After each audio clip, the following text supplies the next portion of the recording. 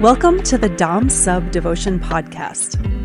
Every episode of Dom Sub Devotion is an authentic reflection of our real life in a loving 24/7 DS marriage. If you crave the passion and intensity of a power exchange dynamic inside of a deeply loving and intimate relationship, you've found the right place. You can always find more from us in the show notes and at infinitedevotion.com. Thank you for listening. We do a lot of talking on our podcast about the work that goes into this kind of a relationship, both on an individual basis and on a relationship basis. And there's a reason we do all of this work. And what I really want to get into today and discuss with you is to talk about what it's really like for you to be you now. And I know you have a reason that you want to share this topic and have this discussion today too. Yeah, because as challenging as and confronting as some of this work, quote unquote, work can be, it's incredibly rewarding and freeing, and it's possible. So I'm happy to share whatever I can to help others in their own way. This is something we talk about a lot in our private conversations because it's one thing for us to be living the life that we're living, the relationship we're living, the dominant submissive dynamic, and how easily that flows in our lives. It's one thing for us to be there and to be in what we get to live, which feels incredibly special. Absolutely. And it's also something for us that doing what we do for a living, that we really want other people to be able to access their own version of this. Yes. It's why we do it. It's not just to hear ourselves talk. That's boring. The latter. Although I will say, our new setup with these nice microphones, it is much more fun to listen to ourselves talk with the nice microphones. I hope our listeners can appreciate how much better our voices sound with the new microphone setup. From what I hear you say, it's actually a good portrayal of what we truly sound like in person. Yeah. I take your opinion on that. So yeah, I'm just going to ask you some questions and give you a chance to share with our watchers and our listeners what it's really like to live your experience of life with where you've come to through all of this growth work. And I think the first place I want to start, because you already mentioned this word, is freedom. So what does that freedom really feel like to you? Wow, this kind of thing is getting really hard to put into words because I feel so much in response to life on a regular moment to moment basis. And when I heard you say that word that I just used, freedom, it's like even that word doesn't quite touch it anymore. Like it seems almost basic and like low level in response to the amount of freedom that I experience. And what that freedom really is getting at is not feeling like I am in my own prison, not feeling like I'm a slave to something I'm not in control of, even though all of that was happening inside of me. And so it's living in a world of possibility and joy and happiness and such big aliveness all the time. And there's a paradox in that. There And sure is. that there's this freedom from this prison that you just talked about. And there's also the fact that you wear my collar and you're my submissive. Absolutely. And so, what can you speak to in relation to submission and what submission feels like and how that actually feels freeing? Mm, I love that. So there is a sense of individuality that I had to come to. And for me, it happened after I already said yes to being your submissive. And I got to a point where it was like, oh, funny, I am my own person. I can have my own wants and desires and needs. And yet, I'm your submissive. And part of my journey was, how does all that fit together? And so I had to come out of my codependent patterns, my people pleasing patterns, and really create that I am me feel before I could go even deeper into who am I as a soul, not as my ego.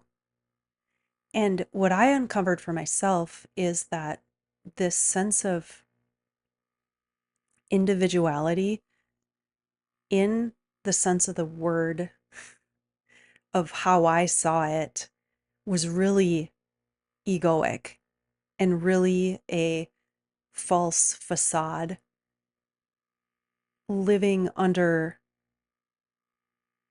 in my own prison, keeping myself small, limiting myself.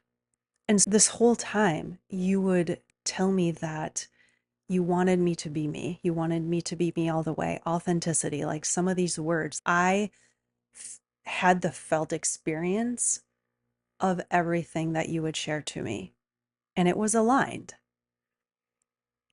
And the more that I started peeling back the layers and letting go of any sort of false individuality, the more I connected with my own essence and my soul. And that is where the true freedom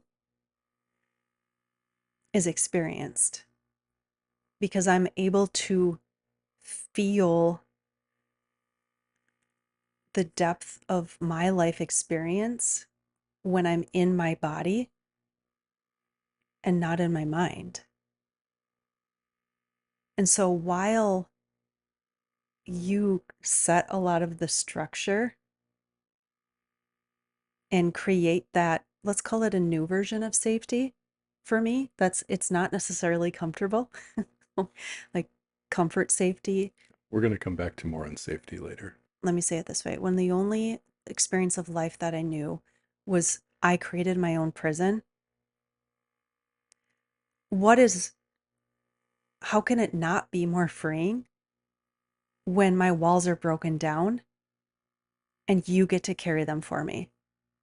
That's what submission is, breaking through my own prison walls, dropping the chains and living wild and living free and living so alive that I need you for my structure and order. And that is freedom, because I don't have to do it for myself. But let's be real. There's an amount of it that's necessary in life. I hope that made sense. It did, and you touched on a couple of really important points. One of them being the the dropping of your own self-control. What I've witnessed in you as I've led you through this has been you would keep yourself very limited. So you made sure that you never made a mistake. or you tried to make sure you would never make a mistake. And if you did, you would limit yourself even more to try to avoid making that mistake again. And so Pretty I watched much. you just continue to shrink in the years before we set out on this dominant submissive journey. Yeah. And my leadership and dominance has, in large part, been telling you you're safe in a way bigger area Hmm. than you've let yourself believe. Absolutely. And what I hear you saying in that is that when you drop those walls and you let yourself explore how big your expression really can be, what I've always wanted for you is for you to know that I've got you before you hit the edge so that you can just roam freely. Hmm. The image that was coming to my mind was imagining a tiger, one born in the wild and one born in a zoo. And I don't remember where I heard this initially, but if you've ever been to a zoo and see lions and tigers and there's a big glass wall, a lot of times they're like pacing back and forth in front of that opening. And a tiger, lion born in a zoo has some instincts in there that they don't completely touch because the only world that they know is their own pen in the zoo because they've never experienced the wild. Where a tiger born in the wild, you put them in a zoo, they're probably going to attack the zookeepers much easier, because they have these instincts that they've had to use their whole life. So that's complete contrast, but also just is part of what I have felt in I was the one who put myself in a zoo and I didn't even know it. And then you come along and you're like, "Hey, be you." And I'm like, "I don't know who I am." And you're like, "I see you. I see you deeply." And I'm like, "What are you talking about?" And you would put yourself in a cage, but the cage didn't exist. It was just Right. like sidewalk chalk drawn in a square around you. Oh, it was all mental. Absolutely. And let me add one thing there is what I notice now, like looking back, is how the structure and order that I was put into, so school systems, religion, family can be its own structure. It's like I constantly sought more and more because I thought that's what was going to give me the freedom that I needed, was seeking it through all the wrong ways. But it was really about what was going on inside of my mind, inside of me, that I was agreeing with all of these other structures, even though they were there as something I could grasp onto. But again, it was all about what my experience was of them. So coming back to now and what it's like to be on the other side of that, Hmm. what has that made available to you in terms of how you are able to experience receiving love? Wow, I don't even know how to speak to the depths of that, of just feeling so blasted open. I also want to, can I add in like truth here too? Because it's not just love, but it's love that we seek, right? And the more I've come into who I am, and it, again, it's the letting go of all the things that are not me, the more I feel my body so receptive and so open to everything. So it's not just love, but wow, is the love incredible that I get to feel from you. But it's also your penetration in all the ways. And then outside of you as well, it's like the whole experience of life. Like I physically feel my body in such a open posture all the time that I can't notice. I can't not notice, I'm sorry, when I feel that contraction now. And it's so different and it feels so, I was going to say good. That sounds so basic. It's incredible. Another thing that I've watched in you, and I'd like to hear you reflect on, is on this topic of safety. Safety feel like what you look for in terms of safety now is very different. So, can you talk about what it feels like to feel safe in your body and in your existence now? Again, I'm going to say this is really hard to put into words because it's like an okayness to whatever happens. It's not a anxious or like reactive energy at all. It's really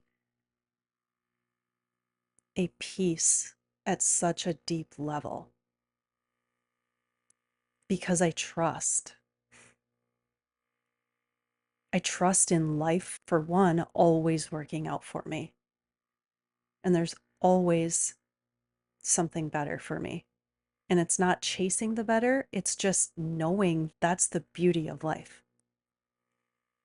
And so I would say I experienced such a relaxation in my body that, again, I didn't know was possible. And it's not, when I say body, I also am going to say my mind because I don't experience the rabbit holes.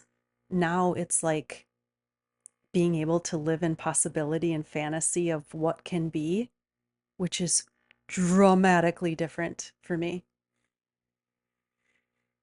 And I don't try. This is just what happens. So, how has that changed your relationship to fear?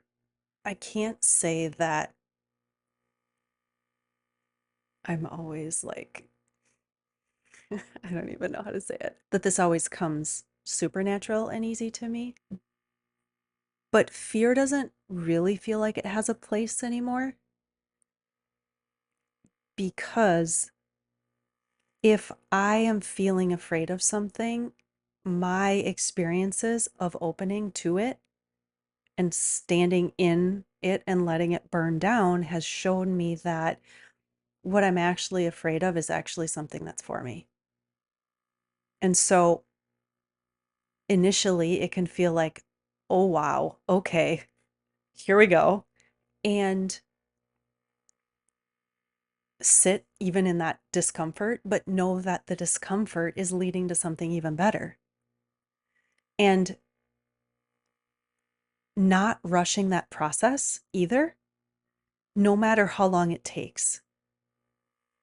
Being able to be in the uncomfortable until it becomes comfortable.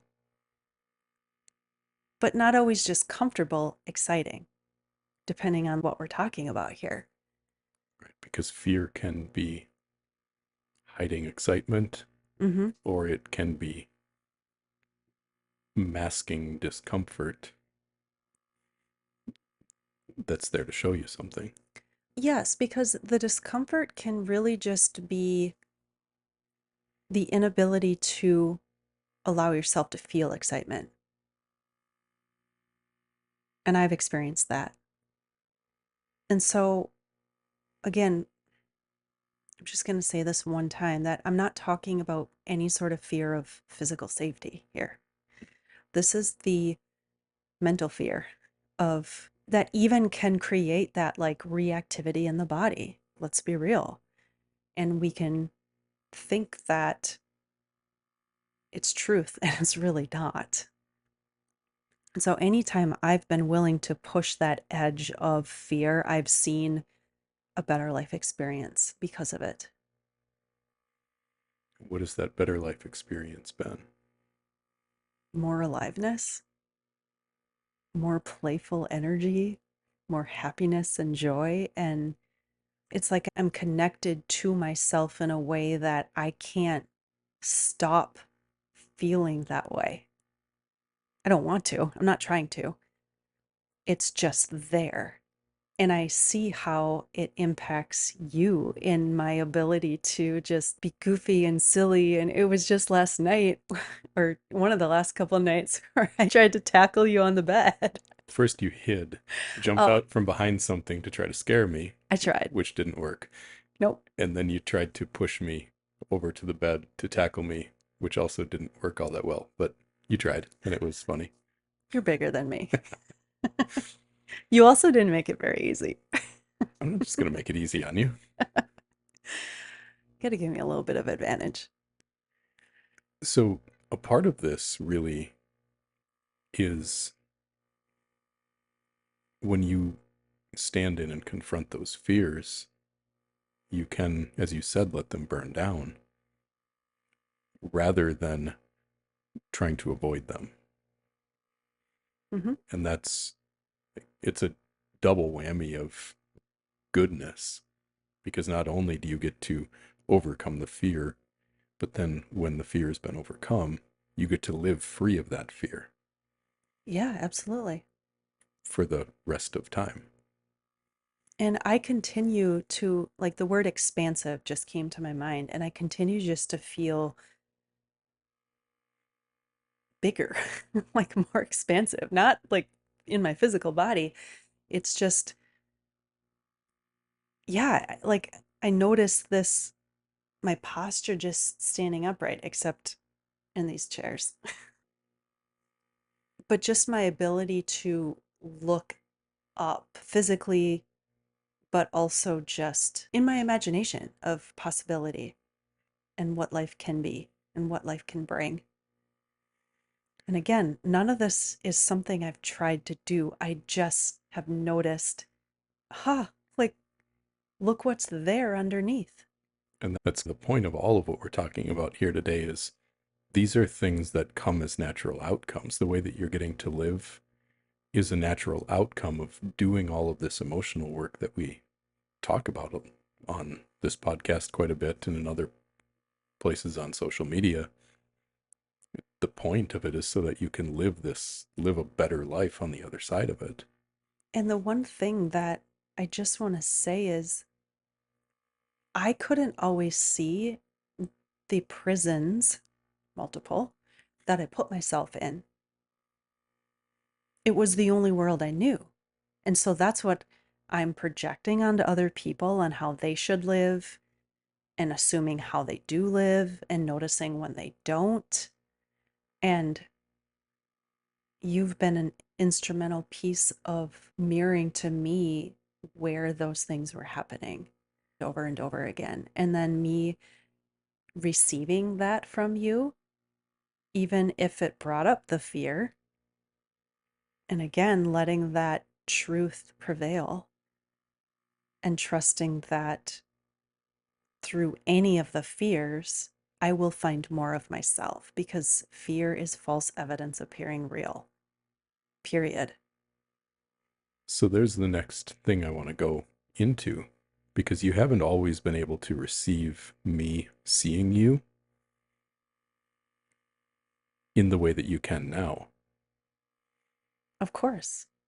So, how has all of this work impacted your ability to receive me when I come to you with an edge or with something that might have been confronting to you in the past? How are you able to receive that from me now?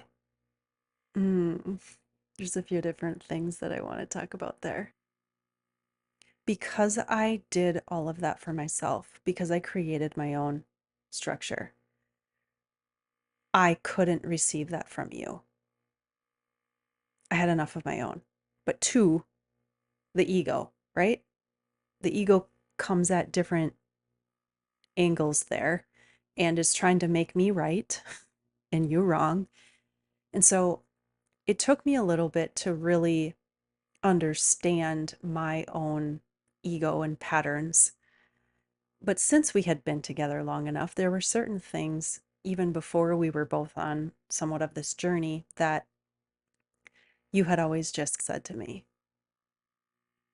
And when I would surrender a piece to you or follow you in one area, and I would see that, oh, actually, I was wrong. Okay, you were right. Perfect. Like I had little bits and pieces of that. And so what I learned a little bit by a little bit is, oh, hey, he does actually see me better than I see myself. And so even in the times when my ego would flare up super fast and I'd be like, probably trying to shake my head and be like, uh, I did that plenty of times over and over again. But eventually, outside of that, it'd be like, oh, shoot. Okay. Like, let whatever you said permeate me, like truth. When you allow that to happen, it's gonna show you something. And so I experienced that over and over and over again. And I got to a point where I've let go a lot of bullshit. A lot. And every step of the way, my life has continued to get better and better. And so, how can I not extend that trust now, even if I feel a fear? Again, it's not about rushing it or getting to it or squashing it super fast. It's allowing the truth of whatever we're speaking to permeate me and trust that what if there's any sort of block, it's going to go away. So now I have continuously found myself, sometimes without realizing it, craving more of your edge. It's give me that assertive dominance. Be that edge for me. And I feel turn on from it because I don't have to be that myself. I'm not made to be that for myself if I want to live free and wild in who I am. And so now it's become a craving. I'm like, give me more. I want more. I feel this need all the time to be filled up by you. And I'm not just talking physically in sex. This is like energetically, I feel my body so open and just wanting all of you. And I'm still learning in the felt way of understanding of like, what is that deep desire to just be consumed and penetrated by you. You feel that differently. You can receive that now. You can receive that edge from me now where you couldn't before. A lot of the first several years of our Dom sub dynamic were me pointing you in a direction and saying, go look over there. And then sometimes you would not even receive the being pointed in a direction well, much less whatever I was trying to show you. Totally. And now, like you said, I feel you almost desperate for more of me, not just pointing you in a direction, but in telling you over here like this, and this is how it's going to go now. Yes, sir. And that's not what this was like for you in the first several years. No, not at all. So the fact that you're able to receive it is one thing, but what else can you speak to in terms of what it feels like now to receive it, to receive my edge, my direction, my dominance, my control? I already said it feels like a turn on, like deep desire for you. It only invokes this wanting to ravish you, for one thing. And two, it feels expansive and abundant and life giving. I know that whatever you point me at brings more aliveness to me and freedom and liberation, and therefore us together, because we're so connected. And when we live in the how good can this get energy all the time, how fun can we have? How much fun can we have? Talking is hard sometimes. Like, again, I'm not saying I always respond initially with, oh, yes, like, fuck yeah. No, I don't, because I live in a moment to moment experience of life, and there's other things that I feel and have to let flow through my body too. And the whole feminine cycle flow thing. And in a time around ovulation of the month, I'm so outward and yes, more of life. And then when I get into that deeper luteal, you and I both know that some of the conversations change, my receptivity is impacted um in my capacity, because I'm really deeply inward and tuning into what is inside of me right now, what's my new letting go, if you will, because it seems that there's just been this pattern of things that get to fall away because I want them to. If Every anything's month. every month, yep, in that deep luteal time, which is like fall, the leaves are falling, and what can fall away that's not serving me anymore. And so I used to really judge that time of the month for myself, and I've gotten to feel so much love and compassion, so much more love and compassion for it in a way that I just couldn't connect to before. And that only continues to get more and more, although it can also be challenging because I've had to confront some pretty deep things. So, another thing that has changed a lot for you is your patience with yourself. Yes. So, I would love to hear you just reflect a little bit on what it feels like now to be able to give yourself some patience, to have some compassion, and release some timelines. Of course, I'm going to bring this a little bit to my fitness because yesterday is a good example of this. It was a rest day for me. You write my workouts now. You tell me what I'm doing, what days is yoga, what day is just walking, biking, rowing, lifting, whatever it is. And man, has this been a process of letting go. And so when I could experience yesterday the way I did, it was fucking incredible. So I think you told me like it's a rest day, you can walk or do yoga if you wish.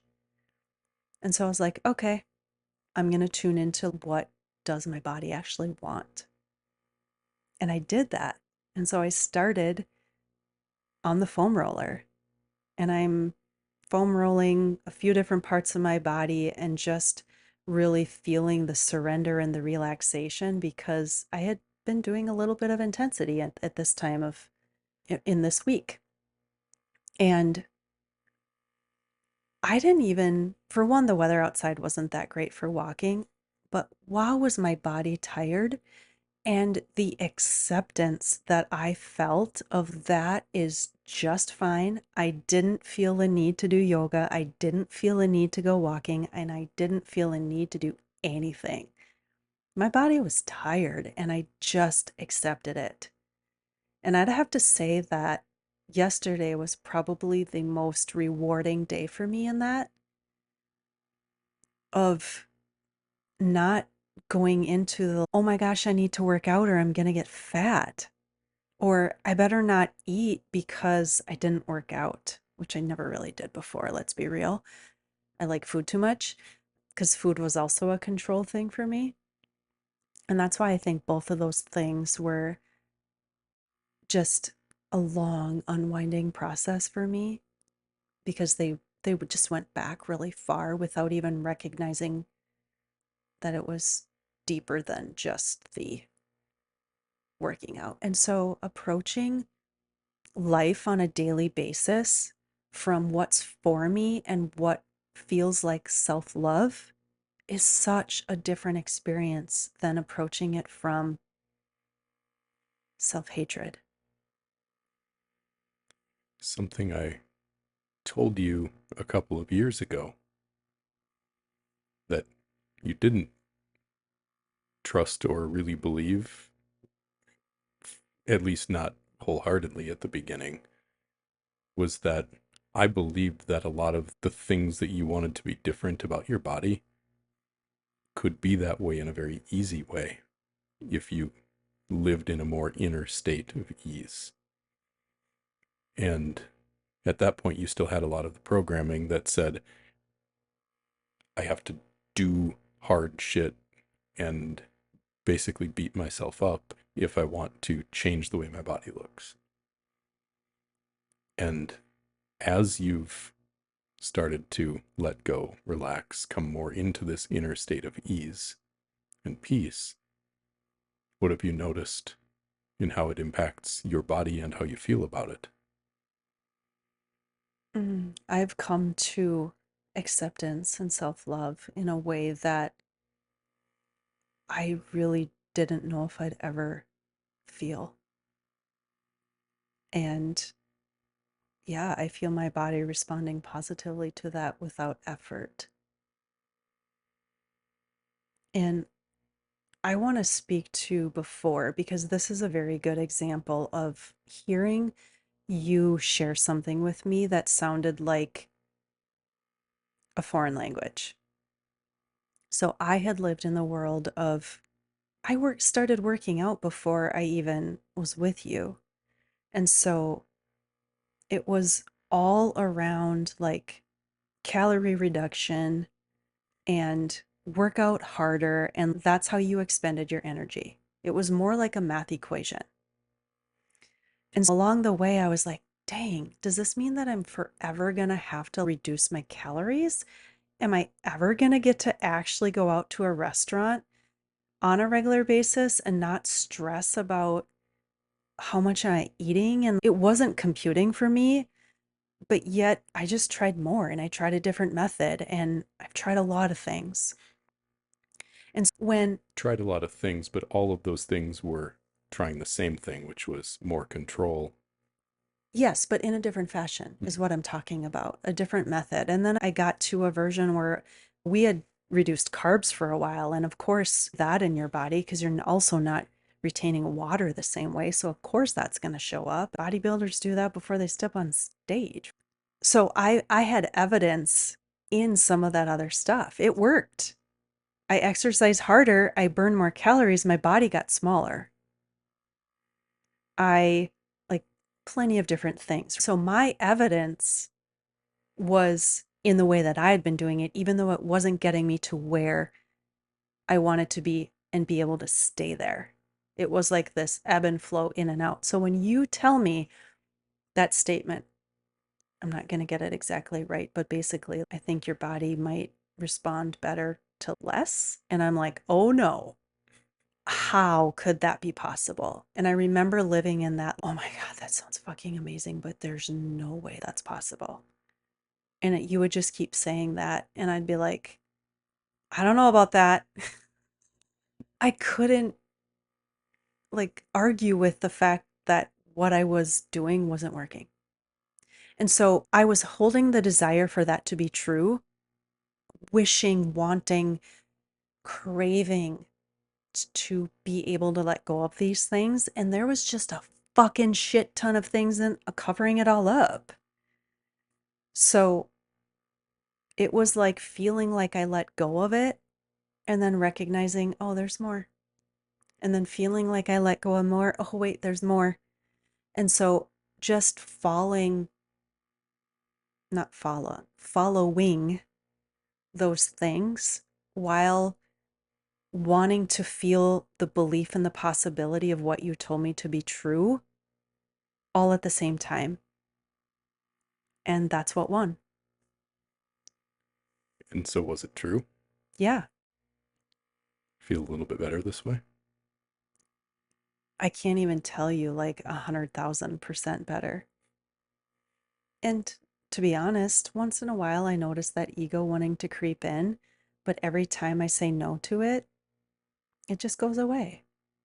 And I just kept believing that I would see what I needed to see and feel what I needed to feel and let go of what I needed to let go of. Because every time I do, I actually feel more free in my body, in my mind. And that's how these mind, body, and soul get to become fully aligned and work for you. So, this connection to the body, the freedom, the relaxation, the peace. One of the things that I've been telling you recently is that I really observe and witness your body as a feeling instrument, as a very finely tuned now Yeah. feeling instrument that gives you a very clear sense and a very keen, sharp intuition as to what feels good to you and what doesn't. Yeah. Absolutely.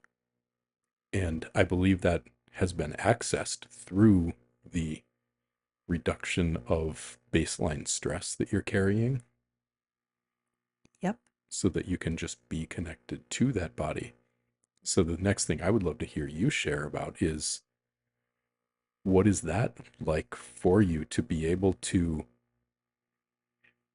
know so with so much certainty and ease what direction to go and what to follow and what to go away from. The phrase that we use to that is what turns me on and what doesn't, right? And this is sexual and non sexual, even though when you're living in alignment, it does start to feel like everything is sexual because let's be real, if you can feel turned on by eating my sourdough toast, like it's feel good in my body. This is aliveness. This is good, if you will, for me. So when I'm able to tune into that in all areas of life and not get attached to figuring it out, over analyzing, making meaning out of it, but really just live in it and express it to you. Again, that word freedom, like that was the next thing that came through me is wow, is this real? This is actually how easy life can feel and does feel for me on a daily basis, all the time. And so it is just incredible to approach life from this way, which is newish, but it's been like developing for me. The more that I've trusted it and expressed it to you, the more that I feel it, the more that I feel that intuitive guidance all the time.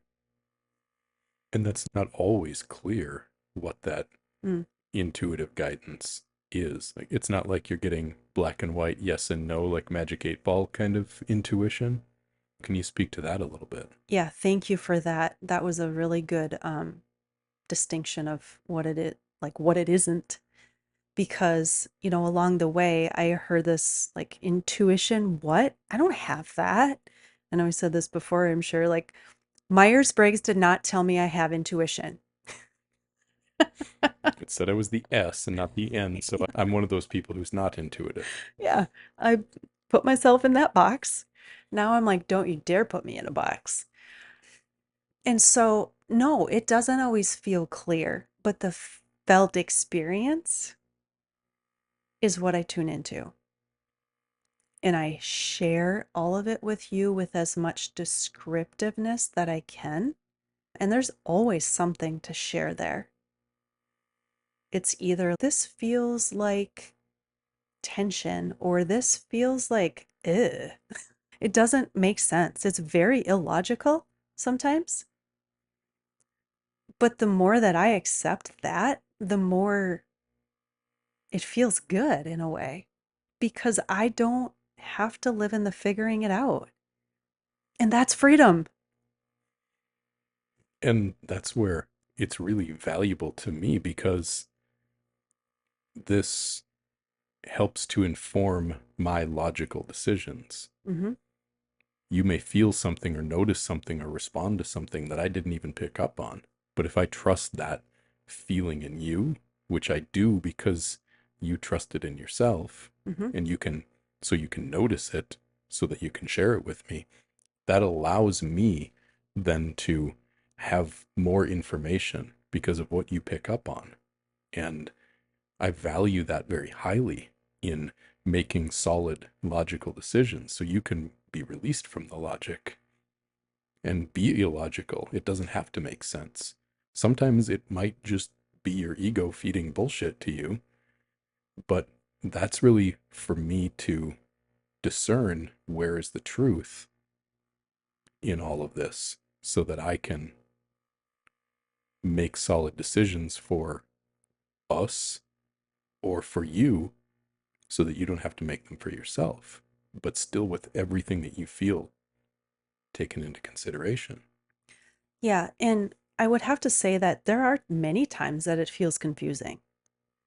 And I share that with you too. And then when I hear you reflect to me whatever you feel necessary for me to hear, that's when sometimes I can feel the truth of the experience because I can feel that in my body. And so sometimes it requires me expressing and you making sense of it all, speaking the truth, and that then helps me align one step farther in trusting my own experience as well. Yeah. Let me put a little more clarity to that language Thank for the you. sake of people listening here, because this is getting into a little bit of word salad, but this is a Yeah, really important concept.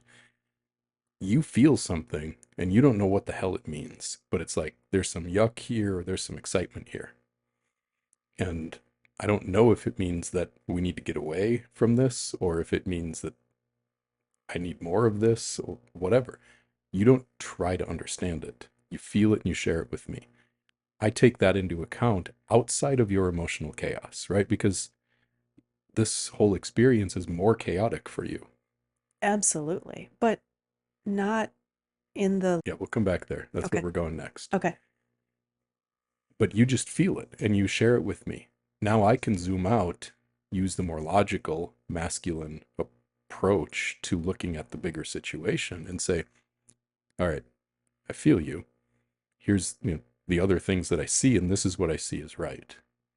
And then if that's true, if that's right, what I see in it, you're going to feel now solid in that thing that felt confusing before.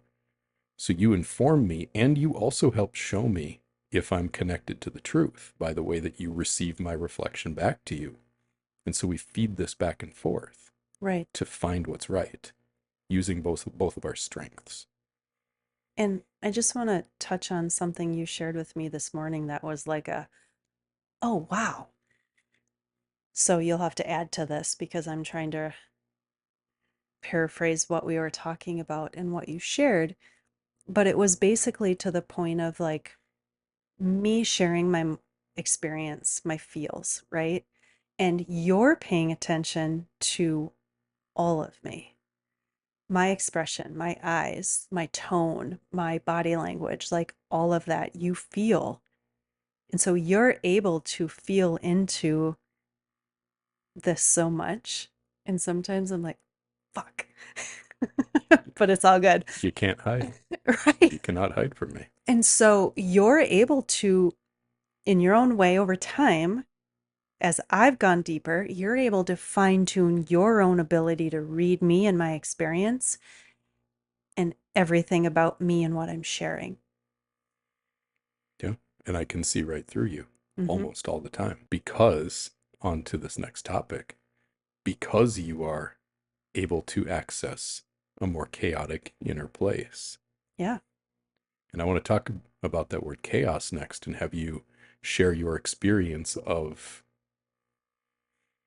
being more in chaos Not so much about where you used to be compared to now, but what it's like for you now to be in that more emotionally chaotic experience of your own existence. So chaotic, yeah, fits, but I think more often than not, there is a negative connotation to that word. And so for me, the word wild is what feels more exciting and more real because that can also come with judgment. I get that. But this is just my own experience of what feels real to me, as that's just what we all get to do. It's just language and symbols that we're trying to describe. So, but wild and free is what kind of feels like a good combination because while it's more emotional, again, more emotional doesn't mean more of the emotions that people judge. Yeah. Not all emotions are bad. No, Like, it's growing our capacity to feel all of them and feel big without grasping and attaching and stopping the flow.